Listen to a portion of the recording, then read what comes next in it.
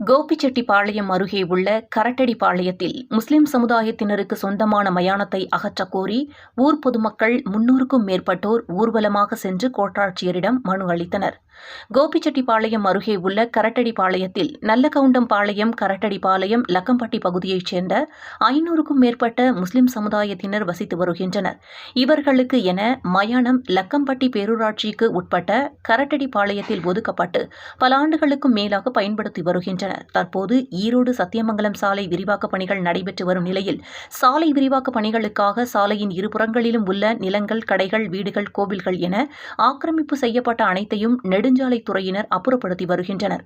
இந்த நிலையில் கரட்டடிப்பாளையம் பகுதியில் அமைந்துள்ள முஸ்லிம் சமுதாயத்தினருக்கு சொந்தமான மயானம் அமைந்திருப்பதால் அப்பகுதியில் அடிக்கடி விபத்துகள் ஏற்பட உயிர் சேதங்கள் ஆவதாகவும், கோபி அழுக்குழி கிராமத்தில் முஸ்லிம் சமுதாயத்தினருக்கு ஒதுக்கப்பட்ட மாற்று இடத்தை பயன்படுத்த வேண்டும் எனவும், கரட்டடிப்பாளையத்தில் சாலையோரம் உள்ள முஸ்லிம் சமுதாயத்தினரின் மயானத்தை முழுமையாக அகற்றிவிட்டு கான்கிரீட் வடிகால் அமைக்க வேண்டும் என வலியுறுத்தி லக்கம்பட்டி பகுதியைச் சேர்ந்த பொதுமக்கள் 300க்கும் மேற்பட்டோர் கரட்டடிப்பாளையம் பகுதியில் இருந்து ஊர்வலமாக கோபி கோட்டாட்சியர் அலுவலகத்தில் கோட்டாட்சியர் பிரியதர்ஷினியை சந்தித்து மயானத்தை அப்புறப்படுத்துமாறு மனு அளித்தனர். லக்கம்பட்டி கிராமத்தில் 4 ஏக்கர்லாம் முஸ்லீம் மயானம் ஒன்று இருக்குது. அது நேராக போடாமடிக்கு காங்கிரீட் டிச் போடாமல் பாதி பைப்லைன் போட்டு ரெடி பண்ணாங்க. பைப்லைன் போட்டால் கரெக்ட் வராது. நேராக அது முஸ்லீம் மயானத்தை அகற்றிட்டு எங்களுக்கு பண்ணி கொடுக்கணும்னு மனு கொடுக்க வந்திருக்கிறோம்.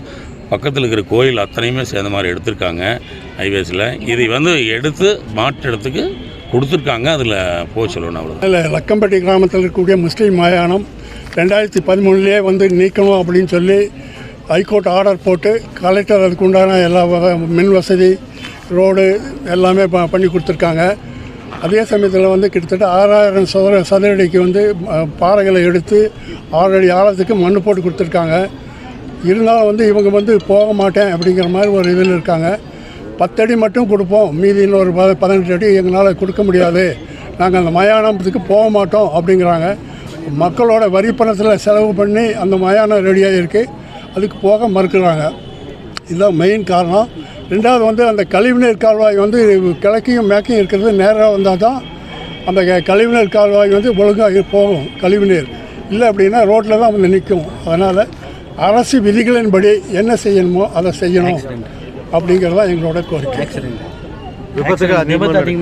அதுவாக விபத்து நான் இப்போ ஆர்டிஓ போலீஸ் ஸ்டேஷனில் ரிப்போர்ட் வாங்கியிருக்கேன். கிட்டத்தட்ட போன வருஷம் மட்டும் 18 ஆக்சிடென்ட் இறந்தவங்க இருக்காங்க. 70-80 பேர்த்துக்கு மேலே காயம்பட்டவங்க இருக்காங்க. இதுபோக ஸ்டேஷன் போய் சொல்லாமல் இருக்கக்கூடிய கேசஸ் நிறையா இருக்கலாம். ஆக அந்த குறுகலாக இருக்கிறதுனால தான் இவ்வளோ ப்ராப்ளங்கள். இந்த குறுகலாக நேராக போகணுன்னா 4 வழிச்சாலை போட்டோம் அப்படின்னா தான் முடியும். இல்லை அப்படின்னா அது 2 வழிச்சாலை மாதிரி இருக்கும். அப்புறம் அது பெரிய ஆக்சிடென்ட் இன்னும் அதிகமாக ஆகுமே ஒழிய அது கம்மியாகாது.